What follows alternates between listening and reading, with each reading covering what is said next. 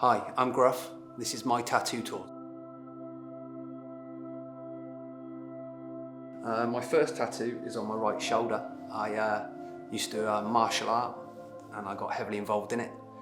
And it is an honour tattoo to one of my guys who used to teach me, a guy called Steve Lane. He was my sensei, and it's the Suba off his sword. And it's on my right shoulder. What was the pain like when you got that done? Where did you get it done? Once he got up to the neck point, when it was going up obviously onto the collarbone and that, but I was so chuffed getting it, and the artist who did it he's pretty good, and yeah, I loved it. This was a pretty full-on, all-in kind of martial arts school. I did a style called Aikido Te.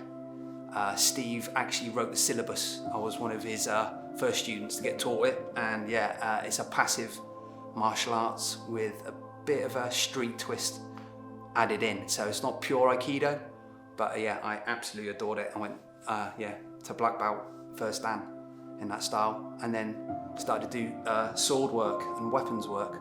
So like Last Samurai kind of vibe. Whereabouts did you get it done? In Cheltenham, a guy called Paul Scarrett. Yeah, he's done most of my tattoos. So yeah, I've only ever had two artists on me. Yeah, Paul's done the majority of my work. Can you tell me about your favourite tattoo? That is tricky because they all mean something to me. So at the moment, I lost my two dogs in the lockdown. So my favourite tattoos at the minute, my two dogs that I had. That's my latest two tattoos. But yeah, my two little dogs that I lost. What were their names? Dizzy Rascal, and it was Dottie Davis. So it was two little sausage dogs. So the bears, my father-in-law, we used to call him Colin Bear, and he was, ever since I've known him, he suffered with arthritis, and I've got arthritis, so there's a bond there, and he passed away a few years ago, so it's on a tattoo, so that's Colin looking down on his kids. So that's his oldest daughter, my wife, and his youngest daughter, so it's just him looking down. The reason I started was I've got a condition called vitiligo, and I used to, I quite like it now. It's taken me a while, and yeah, my wife Nicola has convinced me it's okay to have it, but at first, when your skin you get all patchy, so that's why I started covering it up. So I was excited to get my arms done, and it takes away. So I'm still toying to get my hands done, because that's where you can see it the most, and I think I will, because I've started, but yeah. Do you think now you live happily with vitiligo? Yes, 100%.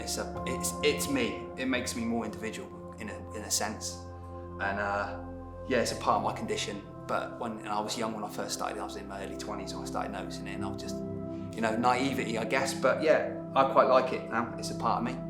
So everything I've had, this is obviously, it was a Japanese style, so martial arts. So I wanted to go Japanese with my styling. Paul is an amazing Japanese artist. This is my family. So my dad's Welsh, my mum's Scottish, so I wanted a blue dragon.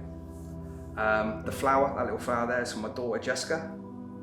She likes purple, and I've had that covered up. And this here is another part of the martial arts I did. I used to have a kata called the Flight of the Two Birds. And on my sword, this is actually a part of my sword. It's on the top of the sword, there's a little design of two birds flying out of a tree. So it's usually a dragon would be holding an egg, but I just had that embroidered on to that egg, just another little touch of the martial arts I did. So yeah, this one's more about me. I used to, having a condition that's not controlled, obviously it being younger, my temper was a bit, how can I put it, short. So a food dog is a protector, and I am very protective over my daughter and a couple of other issues that I had, and I wanted to have something to help me think and control that temper. So big sumo guy has got the food dog under control, so it's about keeping my temper and staying in control of my environment. So Paul designed it. What I really love about it is that my tattoo's got a tattoo. So my little sumo guy has got his own little bodysuit going on, and that's for my wife. That's just as a favourite flower and a favourite colour, so I just filled up something for Nicola.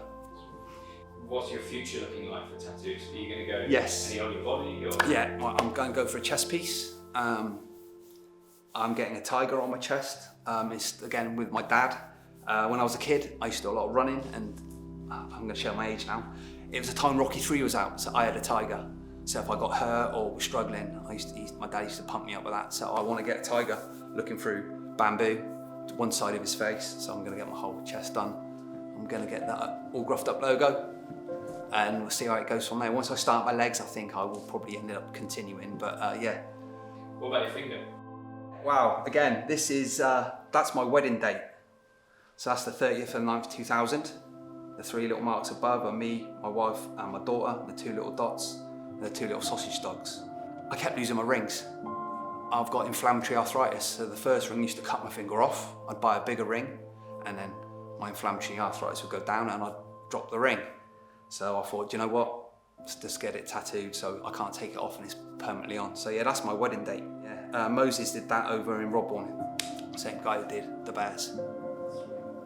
How old were you when you got your first tattoo? I was probably 31. I was late, 31, 32. I was a bit late to the tattoo game.